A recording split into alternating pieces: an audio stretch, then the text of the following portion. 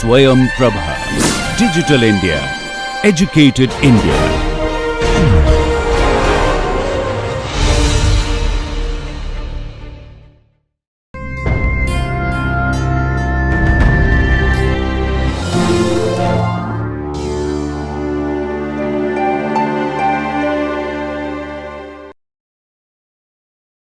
Hello everyone, welcome to the course on computer-aided drug design. We will continue on the topic of pharmacokinetics and pharmacodynamics. Okay, as I had introduced that topic yesterday, pharmacodynamics is what the drug does to the body. So if you have an infection, the drug will go and try to kill bacteria. If somebody has cancer, the drug may go and kill the cancerous cell line. Pharmacokinetics is what the body does to the drug, because the body will start metabolizing the drug, the body will start excreting the drug, tissue absorption, so many things can happen. So pharmacokinetics is drug concentration reduces, drug gets eliminated, so both are very, very important. Okay, so pharmacokinetics, model describing drug concentration versus time. Pharmacodynamics, model describing the relationship of effect versus concentration of the drug. So if you have different concentrations of the drug, what is the effect, and so on actually. Okay, so yesterday we just talked a little bit on one compartment model. Okay, so we assume the entire body as one compartment. We do not differentiate between tissues and various organs into okay, and if it is a single IV intravenous bolus administration, when you say bolus, the whole drug is introduced in one shot, so we assume it within 0 time the entire drug goes. It's like a sharp input. Okay, we call it Dirac delta function and so on. So in that case, if it's an IV bolus, initially it's the entire drug is inside in the plasma, and then that starts going down because of elimination and metabolism. So we can assume it as a first order elimination. C is equal to C0 E minus KE T. K is the elimination, okay, T is your time, C0 is this concentration here, max. But whereas if it's a oral dosage, drug will get absorbed slowly, like that it goes and then reaches and comes down. So this portion is still this equation exponentially decaying, okay, whereas this portion we need something else to describe. We'll talk about this later. So if it is a oral dose and you get this graph, I said we draw a line here, and the slope will give you the KE divided by 2.303, okay, and then if you extend this here, where it touches the y-axis, if you take anti-log, you get the C0. Of course, remember this portion is logarithm of concentration and this portion is time because of this, no? So we need to have a logarithm here. Okay, so this is one compartment model, bolus administration, and as I said, if it is oral, then of course we need one more extra term for the absorption through the GI. Okay, but before that, let's look at it. Volume of distribution is given by V is equal to dose by C0. Plasma clearance is Ke elimination rate constant V. T half is 0.693 divided by Ke. Okay, and then bioavailability is AUC. If it's oral, that is area under the curve. If it's oral, divided by area under the curve if it's IV. Okay, because when you do IV, the entire drug comes into the plasma region. Okay, so oral dose, if it is given as a oral dose, so we have a one compartment model. The drug has to get absorbed, so there will be an absorption rate constant coming here, okay, and then of course it gets eliminated using Ke, so there is just a single compartment. Xg is the amount of drug to be absorbed, okay. So we can write a model dxg by dt is equal to minus K xg. Okay, so xg is equal to xg0 e minus ka t, okay, k into time. So ka is the absorption rate constant. Okay, it starts going down because xg0 it starts going down. So this xg0 can be written as f fraction absorbed, that's the bioavailability, into D, that's the dose, e power minus kT. Okay, and then for the concentration of the drug inside, if you assume it as a C, that is a plasma concentration, then that's given by V dC by dt is equal to kxg, that's coming in, and KEVC, Ke is the elimination, and the xg we can substitute from this here, so we have V dC by dt like this. This can be solved, it's not a big deal. Calculus, okay, first order differential equation, so you get an equation for C, F into D into Ka, that's the absorption rate constant, divided by V, volume of distribution, K minus Ke, e power minus Ket minus e power minus Kat. Okay, so we have a two exponential term. This is relating to elimination from the plasma, this is related to the absorption into the bloodstream. If you look at our old equation, if it's an IV bolus, you're going to have only one equation like this, whereas if you are going to have a oral dosage, we are having these two terms. So we have two, Ke and Ka. Ka is absorption rate constant and Ke is the elimination rate constant. Okay, so this is the equation you need to solve. So as a function of time, concentration will increase because of K absorption. Then of course the elimination starts taking place, so it will start going down like this. Okay, and of course at as the time increases, okay, there is no more absorption. Now we can rearrange this T max, that is the time at which the maximum peak is observed. By rearranging, we can get logarithm of K by Ke divided by 1 Ka minus Ke. Okay, so of course as it sees Ka has to be higher than Ke, and that's very, very important. Okay, so how does they look? If you have Ka as 3 hour minus, then the T peak appears as first hour. If K is 0.6, that means absorption keeps going down. Okay, it will start appearing much later. What it means is, if the absorption of the drug in the GI is smaller, the absorption rate constant is smaller, the maximum concentration starts happening much at a later time, and the maximum also is lesser and lesser because elimination also starts kicking in. Okay, so absorption has to be high to reach a higher peak as well as at faster time. So with higher values of Ka, the concentrations are higher and earlier. So you need to understand. So if I want to have high peaks and I want to have the peaks appearing faster, I need to have very high absorption rate constant. Okay, now bioavailability. If the bioavailability is high, that means maximum is 1, it happens like this. If the bioavailability is less, the maximum concentration keeps going down. So changing F is equivalent to changing dose, it keeps going down. The T peak, that is time at which the maximum happens, is same because we are not changing Ke and Ka, but we are changing only F. So as the bioavailability decreases, the maximum keeps going down, but the time at which the maximum happens remains same. Okay, so this is a very, very important point to keep in mind when you are designing drugs, pharmaceutics, dosing strategies. All these can be looked at from these two simulations. These are all simulations. By simulating this set of differential equations, or simulating this equation for different values of these parameters. Okay, in one compartment model, we assume linear pharmacokinetics. Elimination is first order, and that pharmacokinetic parameters are not affected by the amount of dose. Okay, so we assume elimination is first order. Okay, and these numbers remain constant whatever be my dose concentration. Immediate distribution, as soon as the drug is added, immediately it gets distributed and equilibrated throughout the body, so there is no time given for that to happen. Okay, these two are important assumptions in one compartment model. We need to consider some points. This is a very interesting PDF, have a look at it, from which I took out these information. You have a drug which undergoes extensive metabolism with high extraction ratio will have high first pass metabolism.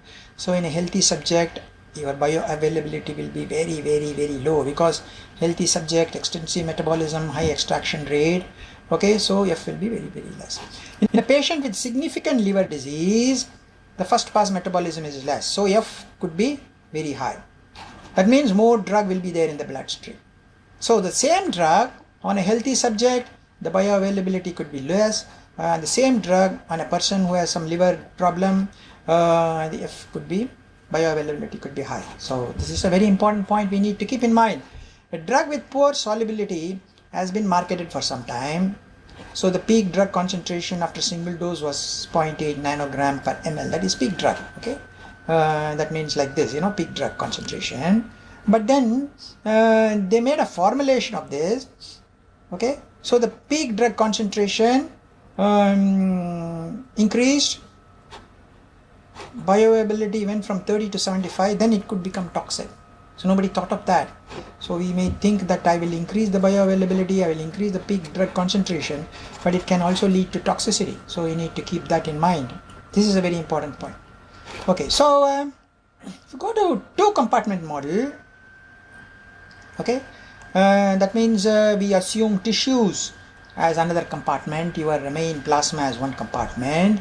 Okay, after an IV bolus injection, there is a distribution to the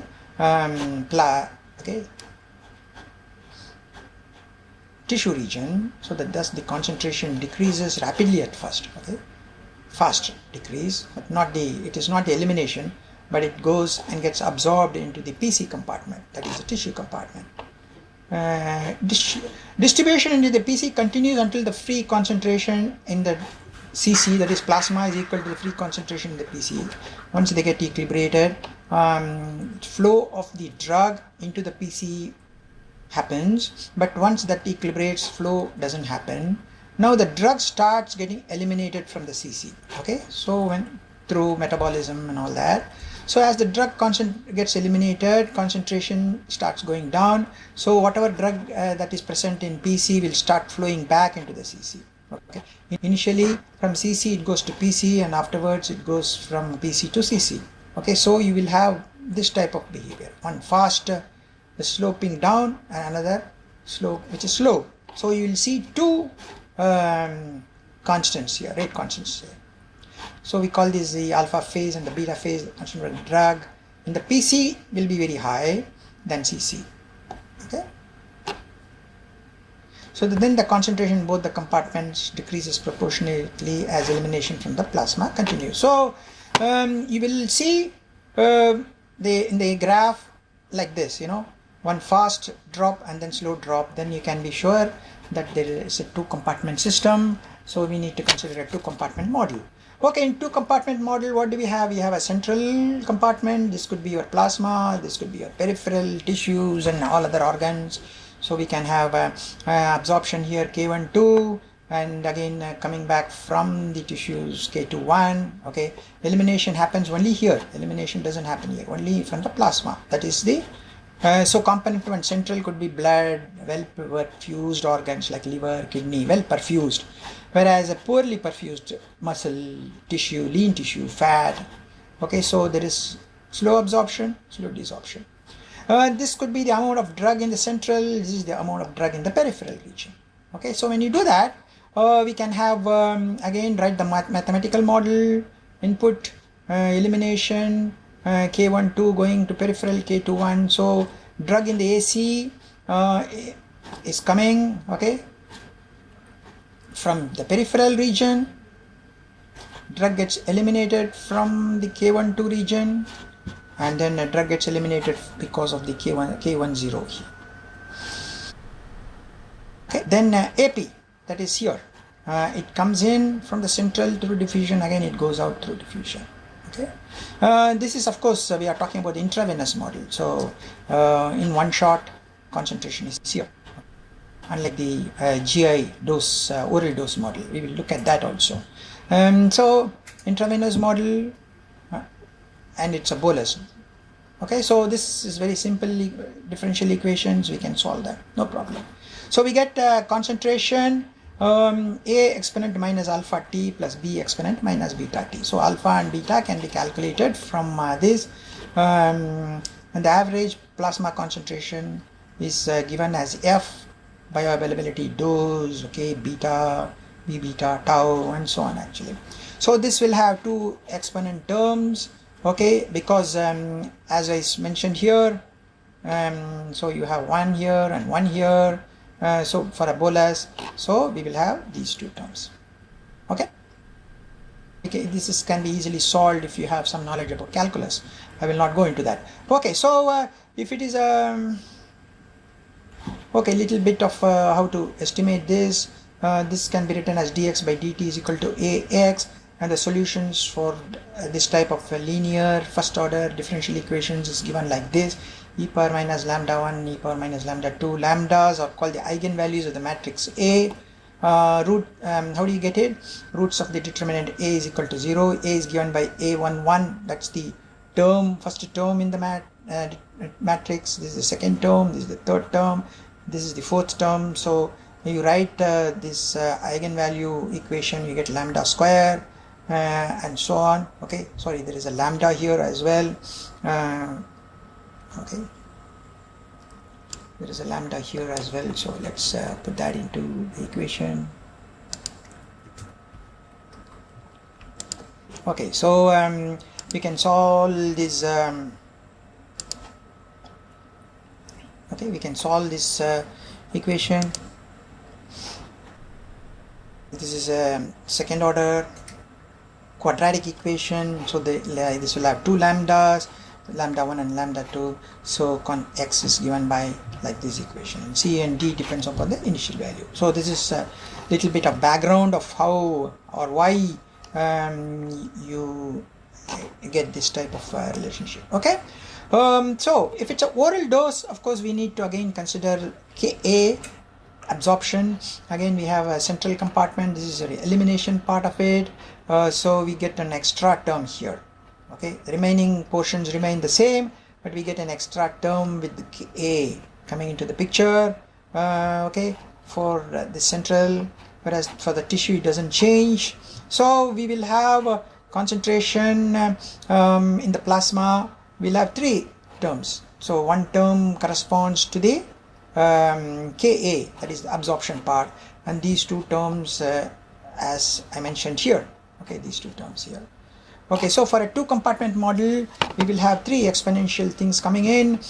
These two correspond to the elimination, one fast elimination, the other slow elimination. This relates to absorption. Okay, that's how the models look like. Okay, so in fact we can, it's a very good learning tool for one compartment model. Okay, so we can get different values here. It gives you the I can give this gives you a interval 0 starting level 1 microgram. Oh, half-life is missing. Half-life is 2 hours. Volume of distribution is 20 liters. Okay, graph interval.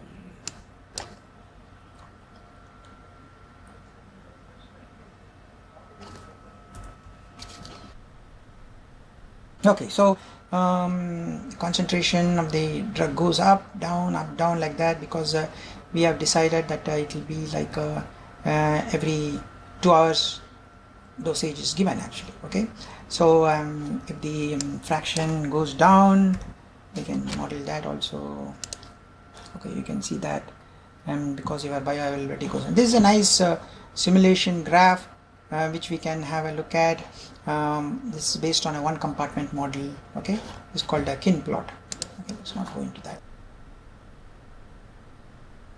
So we can again have a three compartment model, of course.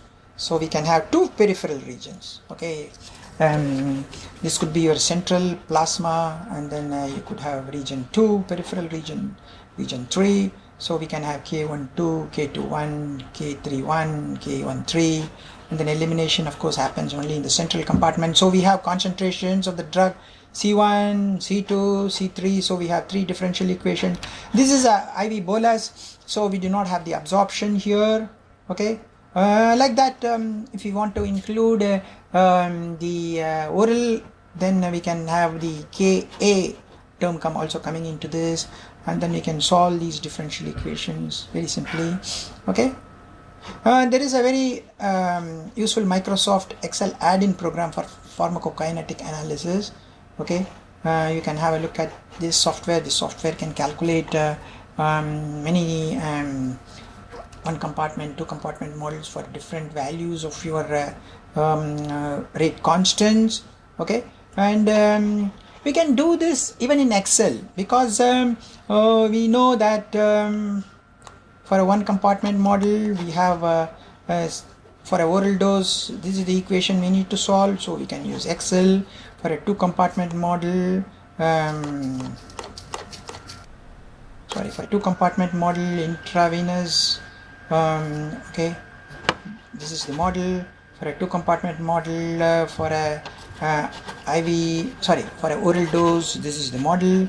So for different values of alpha, beta, we can simulate what will be the concentration in the central compartment. I have tried to do it in Excel as well. I would like you to, I'll show you that. Yeah.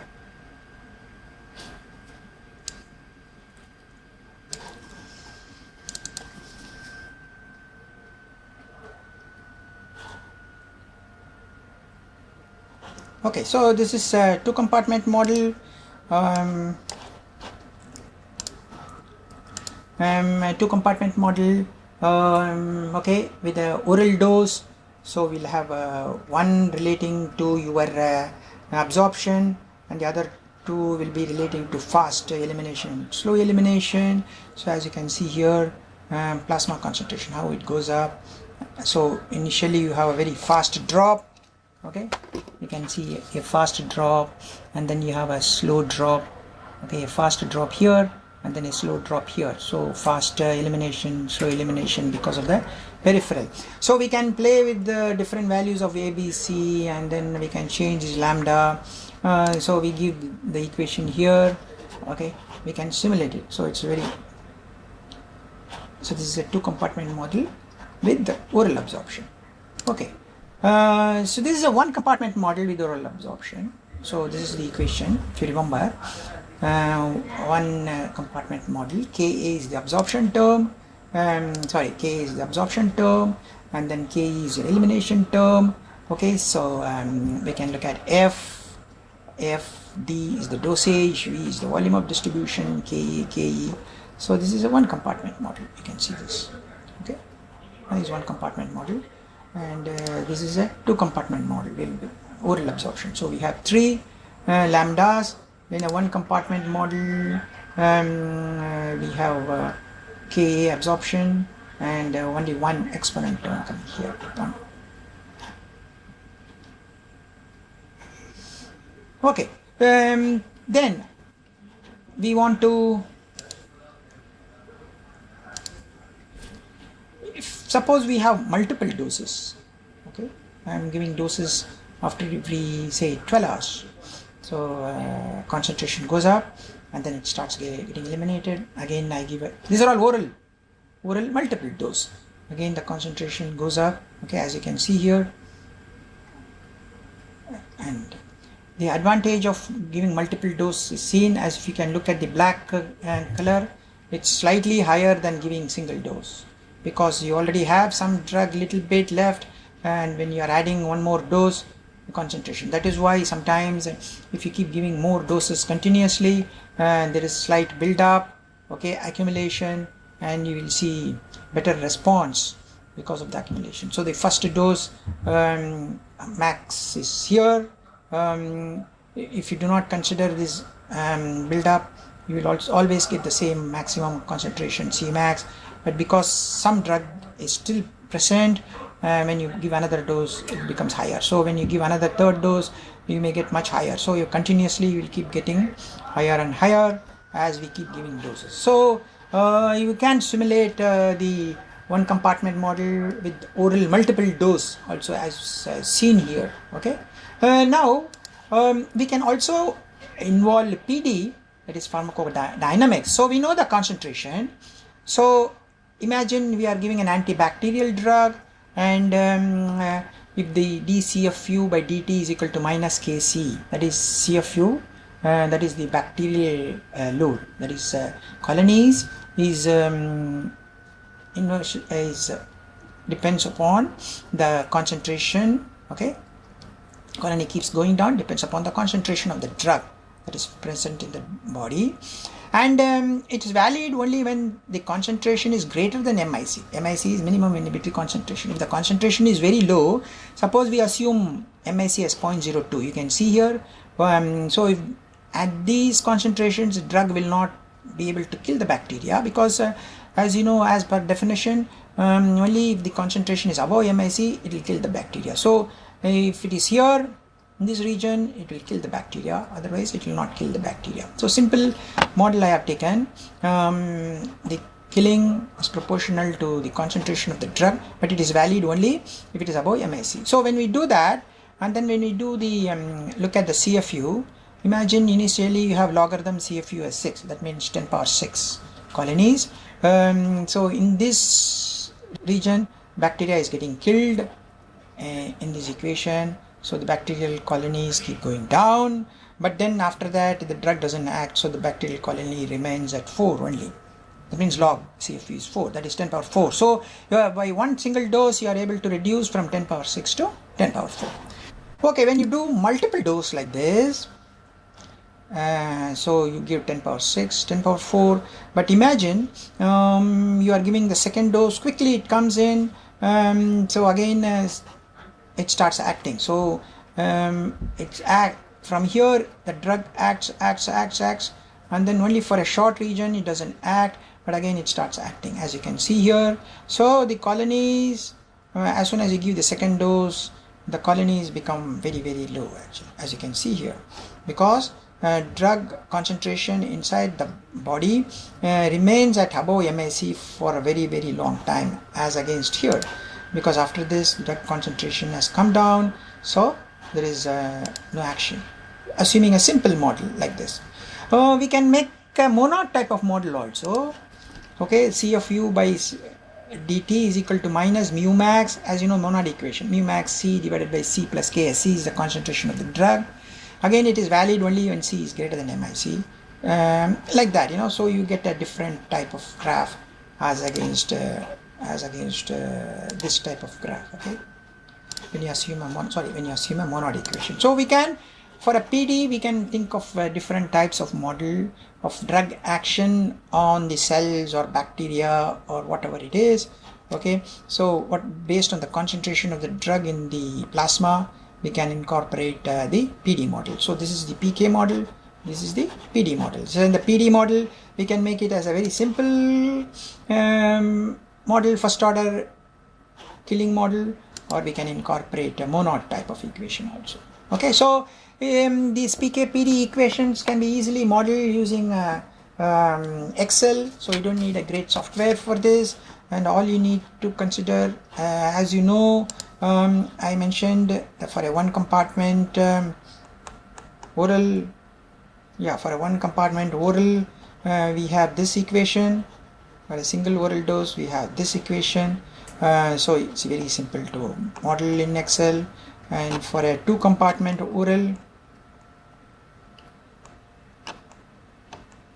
this is the intravenous dose. You have this equation. So it's very simple to model both the situation, as I have shown you. This is the 2 compartment model here, and this is the 1 compartment model here, as you can see here. So PKPD can be easily modeled as I have shown here. Okay, so we have looked at a lot of things in the past 40 lectures. Okay, we have talked about how to make use of computation tools for drug design. We looked at huge number of databases. We looked at structure drawing softwares. We looked at how to determine or calculate various descriptors. These descriptors are very useful because when we try to develop a quantitative structure activity relationships, we need these descriptors. We looked at how to do regression relationships connecting descriptors or structural features with the activity. We called it a QSAR. Then we looked at three-dimensional QSAR, where we bring in the confirmation part of the system.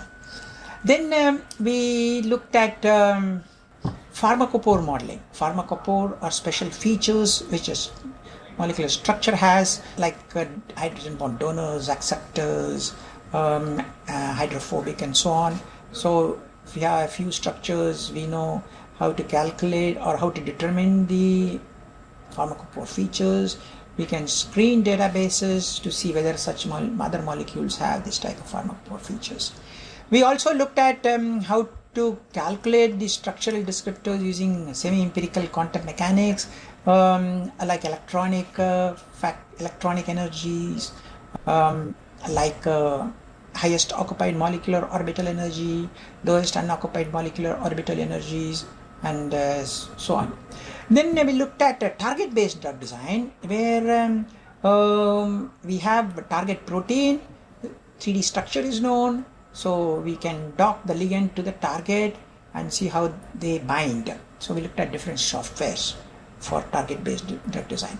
And we also looked at how to look at common features of various proteins, in case you want to understand if there is going to be a cross binding of a ligand into various proteins. And then finally we looked at the pharmacokinetics. That means what the body does to the drug, one compartment model and two compartment model with oral dosage. And then pharmacodynamics, where what the drug does to the body, that means cells or tumor or bacteria or fungal.